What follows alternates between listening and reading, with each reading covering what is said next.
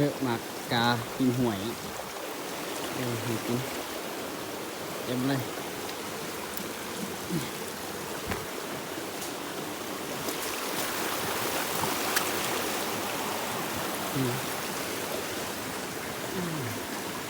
หลายอยู่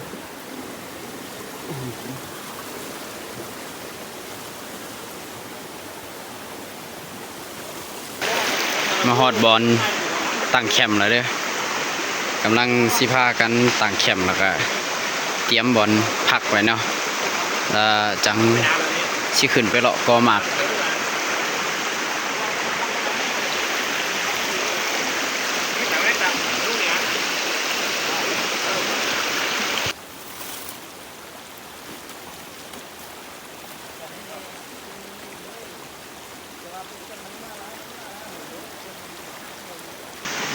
แล้วเนาะตูเฮากินข้าวก็แล้วละกำลังพากันจีออกไปเบิ่งต้นหมากเนาะไปฮอดต้นหมากแล้วก็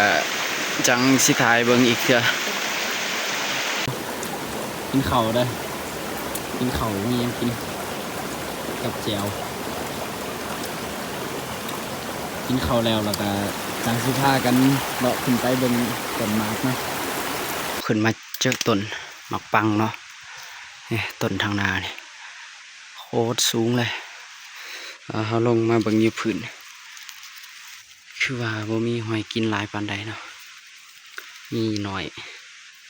มีกับบ่หลาย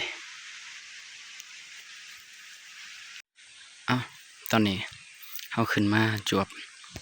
หมากอันนี้เนาะบ่ฮู้ว่าตัวหอกสิกินหรือบ่แต่ว่าเห็นหอยกัดหลายอยู่เนาะ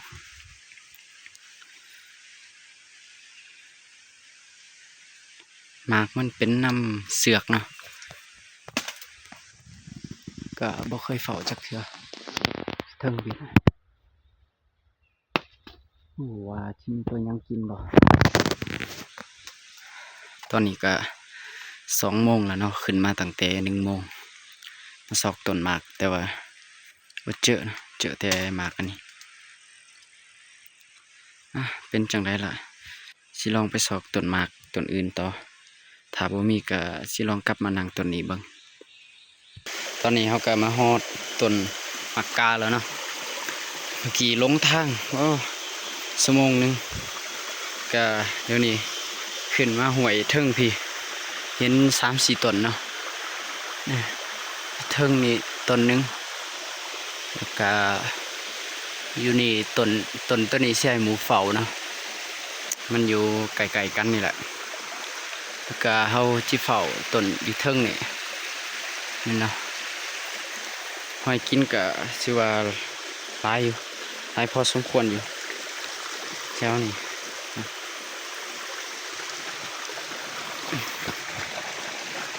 คือว่า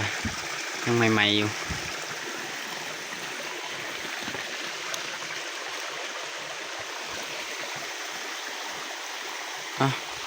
เราจะขึ้นไปหาบ่อนนั่งก่อนเด้อหาบ่อนนั่งได้แล้วเด้อขึ้นมานั่งเทิงพี่ก็ต้นมันมีหลายต้นเนาะทางหน้านี่ต้นนี้ต้นหนึ่งแล้วก็ต้นนี้แล้วก็ต้นน้อยๆต้นเนาะแล้วก็ต้นนี้อีก4 ต้นแล้วก็ทางหน้าพุ่นต้นหนึ่งที่เบิ่งหาต้นเลยเนาะทางพุ่นนาเฮาถ้ามันมาเฮาสิจอบไปยิงแล้วก็มื้อนี้ใส่กล่องไม้เนาะมาลองกล่องนี้เบิ่งของตัวเก่ามันถ่ายบ่แจ้งเนาะเป็นจะได้ก็ติดตามไปนำกันเด้อว่าสิมานบ่แรงนี่นี่เด้อหมากมันนะหมากกาเนาะไทยเขาเอิ้นหมากกาแต่ว่าคนทางภาคกลางเขาเจ้าเอิ้นหมากหยังบ่ฮู้เนาะ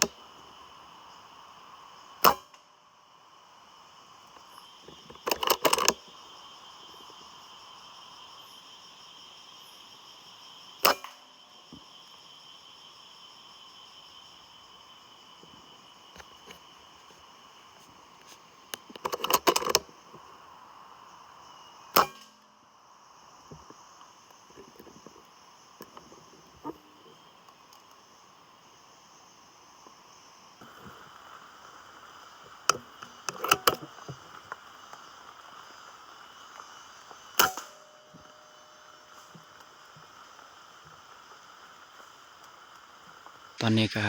7 โมงยังแล้วเนาะเมื่อกี้เขายิงก็หอกตัวหนึ่งเนาะอยู่งาเทิงผีกลับมาเบิงอยู่กล่องย้อนหลังคือว่าบ่อยากถึกดีปานใดเนาะจิกลับลงไปสอกตัวเล่นแล้วก็สอกตัวหอกเบิงเนาะว่าจะเห็นบ่มื้อนี้คือสิเข้าแต่ตัวเดียวนี่แหละมามืดแน่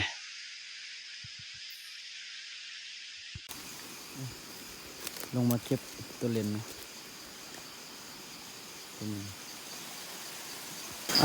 วันนี้ตัวหอกก็สอกบ่เห็นเนาะตัวเล่น2 ตัวก็บ่เห็นจักมันไปทางไหนสอกก็จนย่อมน่ะนั่นเนาะกันแฟนซื่อๆบ่ได้หกจักหน่อยแต่ว่าสอกบ่เห็นสิลงไปจูบกันเลยแล้วก็สิเลาะไต่กบหวยลงไปนำไปเบิ่งหมู่อีก3 คนเนาะว่าเขาสิได้หยังบ่ได้ยินเสียงยิงหลายบาทอยู่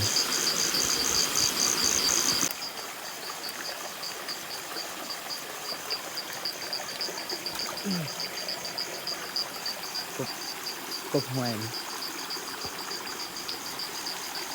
โอ้ยกับยังบ่ตูบเลยฝนไหลงมาแล้วบัดนี้มีแต่มีบักพร้าช่วยซ้ำช่วยซ้อนมื้อนี้กลับมาฮอตแคมป์แล้วเด้อเราได้ยินเขายิงหลายบาทอยู่แต่ว่าได้แต่ตัวเล่น3 ตัวแล้วก็นก2 ตัวนะบ่มีไผใดเลยมื้อนี้หนีฝนดังไฟกับลูกลังกลัวตัวนกตัวเล่นได้สำใดกินสำหันพวกอเมซอนเนาะ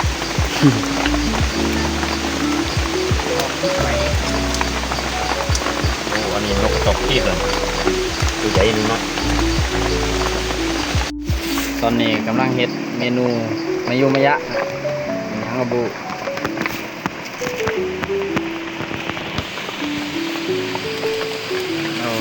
ตายพอสมควรมาคูรุ่งแช่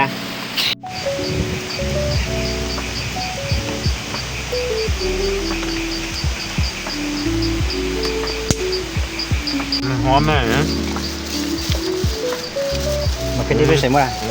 เมื่อไหร่มันคือครับจอดในกระทอกยักษ์เองวะ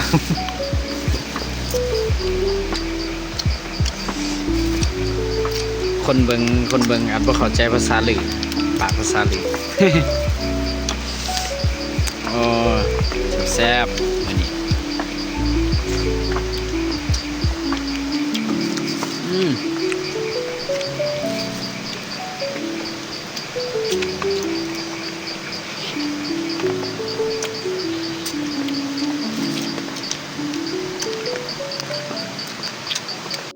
ขึ้นมาเลาะไต่หกปีกเนาะ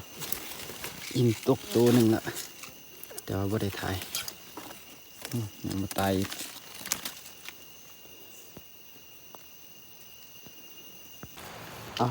ไต่ลงมาได้นูไว้ตัวนึงตัวใหญ่เติบลงมาเจอเห็ดเก็บเห็ดก่อนไปเลาะไต่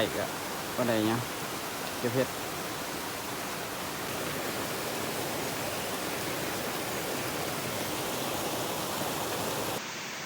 กลับมาฮอตแคมป์แล้วเนาะไปเลาะไต่มาเลยได้6 ปีก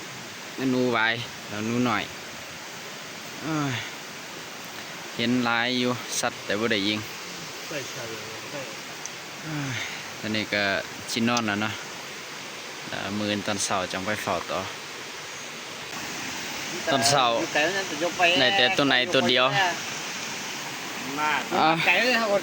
พากันกลับเลยเด้อมื้อนี้บ่มานเว้ยมื้อนี้ ทุกใจเข้าทุกใจ